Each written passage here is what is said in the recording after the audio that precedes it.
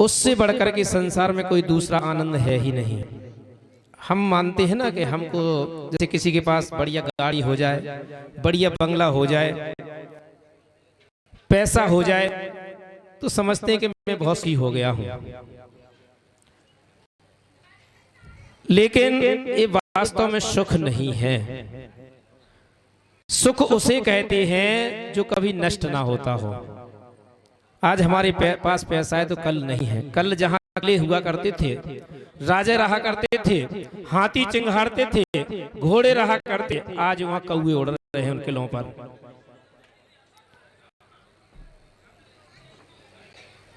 और जहां घूरे डला करते थे, आज वहां महल में खड़े हुए हैं। सबके दिन एक से नहीं होते, क्रम बदलता रहता है। कल जो जिनके पास कुछ नहीं था, आज वो लाखों करोड़ों में खेल रहे हैं। जो बड़े बड़े लोग हुआ करते थे, रईस हुआ करते थे, आज वो कहते हैं छतरपुर में राज छत्रसाल, छत्रसाल का नाम हुआ है, जिनके नाम से छतरपुर का नाम, छतरपुर नाम पड़ा है। उनके वंशज कहते कि उनके वंश में एक बच्चा है, वो भी भिखारी है, भीख मांगता हुआ फिर रहा है, जगह भीख मांगता है, पागल टाइप का है। तो कहने का तात्पर्य यही है कि ये सुन नहीं है।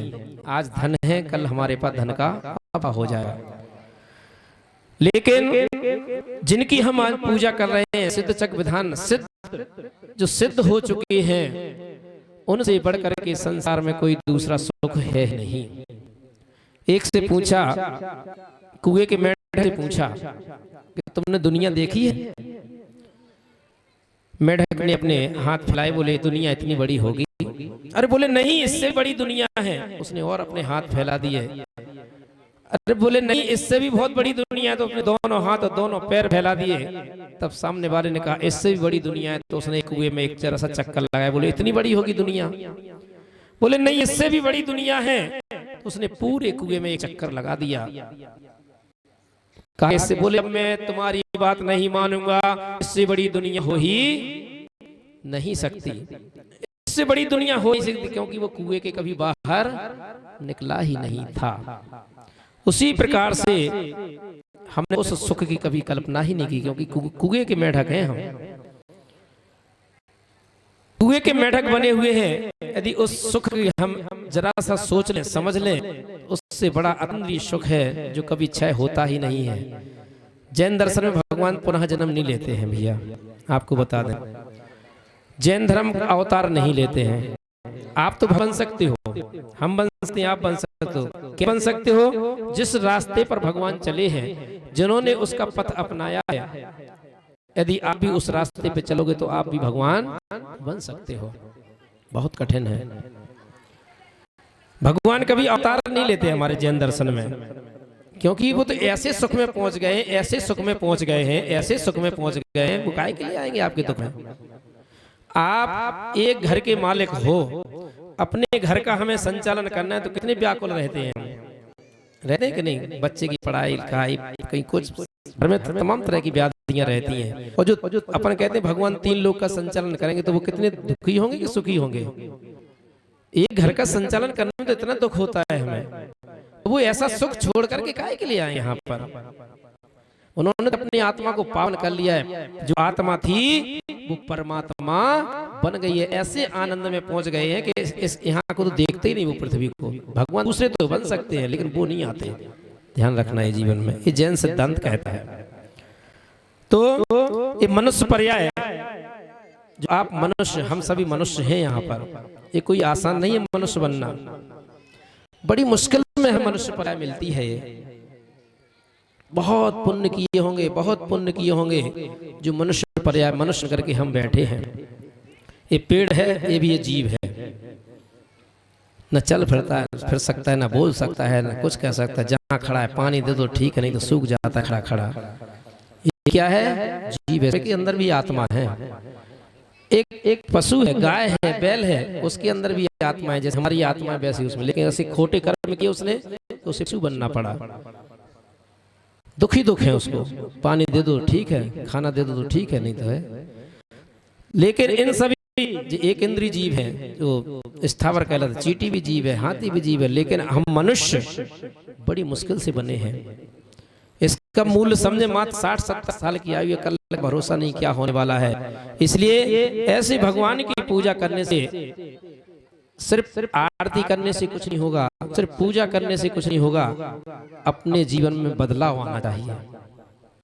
हम रावण को जलाते हैं, सब जलाते हैं, बड़े खुश होते हैं, लेकिन रावण सीता के साथ गलत नहीं किया था, ये ध्यान रखना। उससे बड़ा कोई विद्वान नहीं था।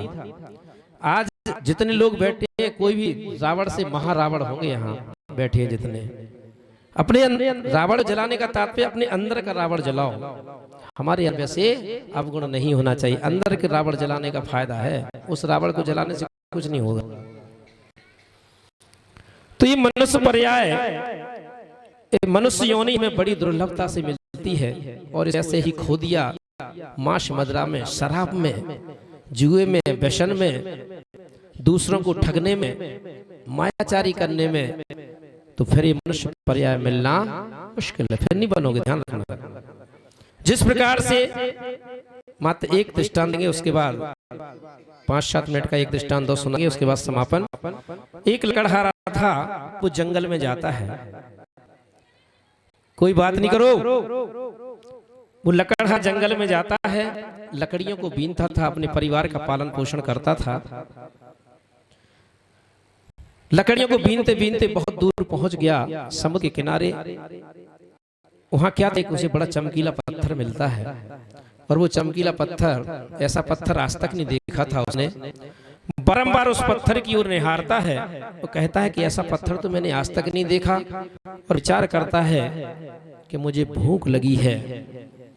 जैसे ही उसने विचार किया कि हमको भूख लगी है, उसके सामने खाने की थाली आ जाती है। जैसे ही वो विचार करता है कि मुझको तो प्यास लगी है, पानी मिल जाए तो कितना अच्छा है, तुरंत उसके सामने शीतल पानी आ जाता है। खाना खा रहा था, इतने में क्या होता है, एक कौवा आता है, उसके हाथ में अंतिम कौर था रोटी का, वो कौवा लेकर के उड़ जाता है। उसे बड़ा गुस्सा आया कि मैं तो इतने प्रेम से भोजन कर रहा, और वो जो पत्थर उसके हाथ में था, उसने जोर से उस कौवे में मार दिया।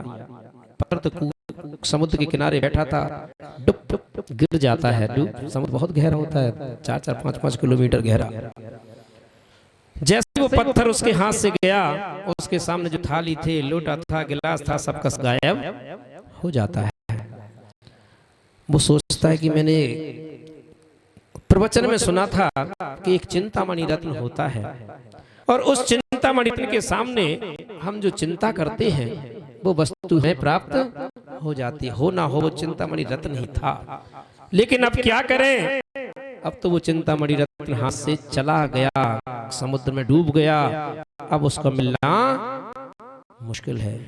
ऐसे ही आप उस लकड़हारे, हम सब भी उस लकड़हारे की तरह हैं। ऐसा कोई नहीं है जिसके पास चिंतामणि रत्न ना हो। देखा है किसी ने? नहीं देखा। ये मनुष्य पर्याय चिंतामणि रत्न है, ये मनुष्य पर्याय चिंतामणि रत्न है। इसे हमने विषय भोगों में, दारू में, मांस मदिरा में, जुआ में, खोटे आचरणों में इसको यदि हमने खो दिया, तो इसको जहां से हम नरकों से निकल करके आए हैं, उसी नरक रूपी समुद्र में फिर से डुब कर दिया जाए आत्मा को, फिर निकलना मुश्किल हो जाएगा। तो इसे मनुष्य पर्याय का मूल्य समझे। नरक निगोद, पशु पक्षी बनने से, पेड़ पौधे बनने से, चींटी आदि बनने से हमें बचना है, और देव बनना है, स्वर्गों के देव बनना है। तो अच्छे परिणाम रखें, किसी का बुरा, अपन ठग जाएं लेकिन किसी को ठगना मत। जीवन में ठग जाए, ठग जाना बुरा नहीं है, लेकिन किसी को ठगना बुरा है। एक कथानक सुना करके अपना नाम दूंगा मैं। बहुत सुंदर कहानी आपको सुना रहे हैं, आपको आनंद आएगा।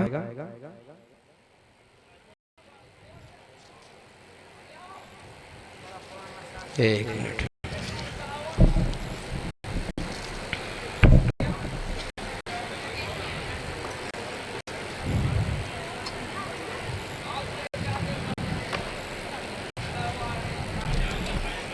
हमारे सब पता है कि हमारी रिश्तेदारी है, हमारी छोटी बहन है, इस गांव के हम साले हैं। तो देव जेठानी में हम देखते हैं आपस में बातें चलती रहती हैं, लेकिन देवरानी जेठानी में तो बड़ा प्रेम है। हमारे चारों भाई हैं, हमारे सुरेंद्र कुमार जी, बल्ली भैया, महेंद्र कुमार जी और गुड्डे, सभी जानते हैं बड़ा प्रेम है इन भाइयों में से। राम लक्ष्मण भरत और शत्रुघ्न, चार भाई थे, बड़ा प्रेम था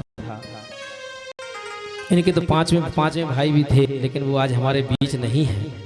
जहां भी होंगे उन भाई के ही, पिता के और भाइयों के ही संस्कार हैं जो इनके ऊपर हैं। आज मैंने तो नहीं देखा उनको, लेकिन भाइयों को देख के लगता है कि वो इनसे भी सर्वश्रेष्ठ होंगे।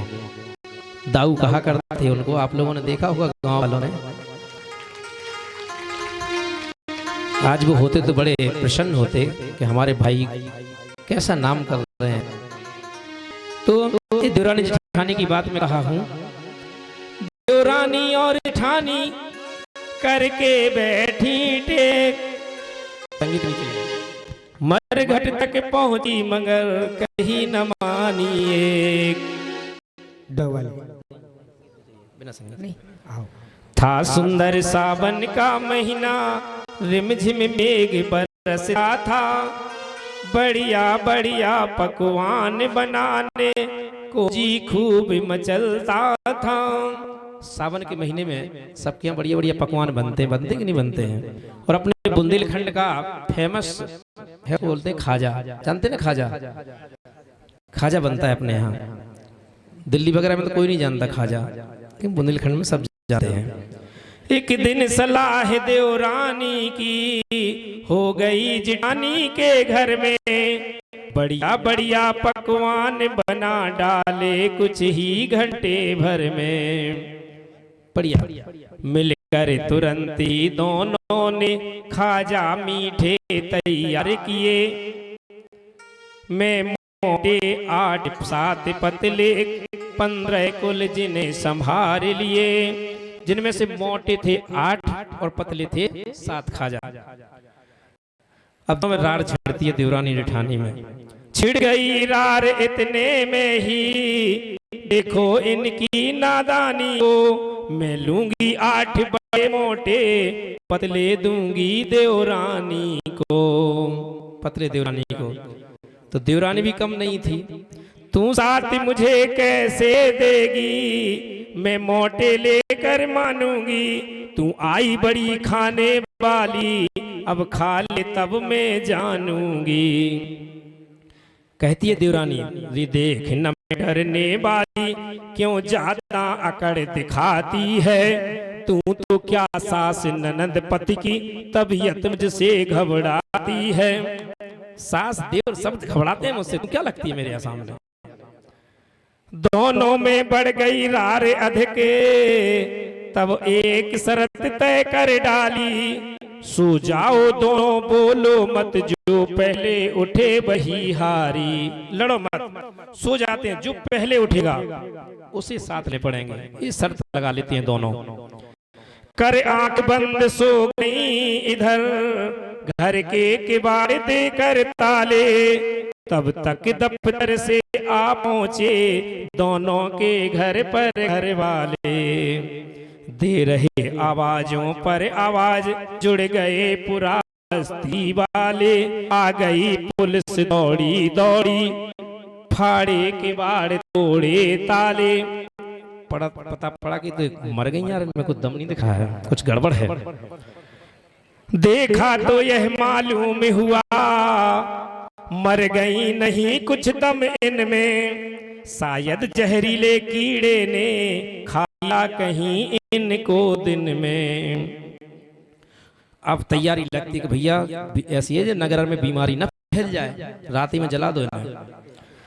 दो जला रात ही में इनको, अब देरी का कुछ काम नहीं, अंदेशा है यह बीमारी का, नगरी में फैल न जाए कहीं। आ गए तुरंत मिलने वाले, ले गए एक ही साथ साथ। अब सोचा कि काहे के लिए अलग अलग चिता बनाओ, एक ही बना दो, एक ही में जला दो दोनों को। आ गए तुरंत मिलने वाले, ले गए एक ही साथ साथ, कर दी दोनों की चिता एक, सुन पड़ी कि वो कर रही बात। खुसर खुसर कर रही आपस में चिता पे लेटी लेटी। और क्या कह रही देवानी, जी जी तू खा मोटे मोटे, मैं पतले पतले खा लूंगी, चाहे तू कुल 15 खा ले, मैं तो मन को समझा लूंगी। और जलाने वाले गए थे, उनमें से 8 मोटे तो 7 पतले थे, 15 कुल जलाने वाले गए थे। तो उन्होंने कहा तू मोटे मोटे खा, मैं पतले पतले खा लूंगी, और चाहे तू कुल 15 ही खा ले, मैं तो मन को समझा लूंगी। खाने का नाम सुना जिस दम, बेथे 15 मोटे पले, भागे भागे गिरते फिरते, मुश्किल से मर घट बदले। सब भागते दौड़ लगा देते हैं, पीछे पीछे दोनों भागी, यह चिल्ला कर कहती जाती, तू छोड़ मती मोटे पतले, सब खाजा में पीछे आती। यह खबर शहर में फैल गई है, भूत डाकनी ए दोनों, रोको रोको मत आने दो, उठ आई चितावर से दोनों। जैसे तैसे वे मुश्किल से घर के भीतर हो सकी उधर, तब तक जा कुतिया खाकर आज चौके में सो गई उधर। बदनाम हुआ दोनों का पर, खाजा न किसी ने खा पाए, घर वालों ने की मार पीट, मुश्किल से समझा पाए। यह कथा नहीं है गाने की, न हंस और हंसाने की, छोटी मोटी ही बातों पर बहनों की जिद बताने की। तो इस तरह से रार मत करना, सभी बैठेंगे, जिन वाणी के ज्ञान थे सूझा लोग शोवाणी।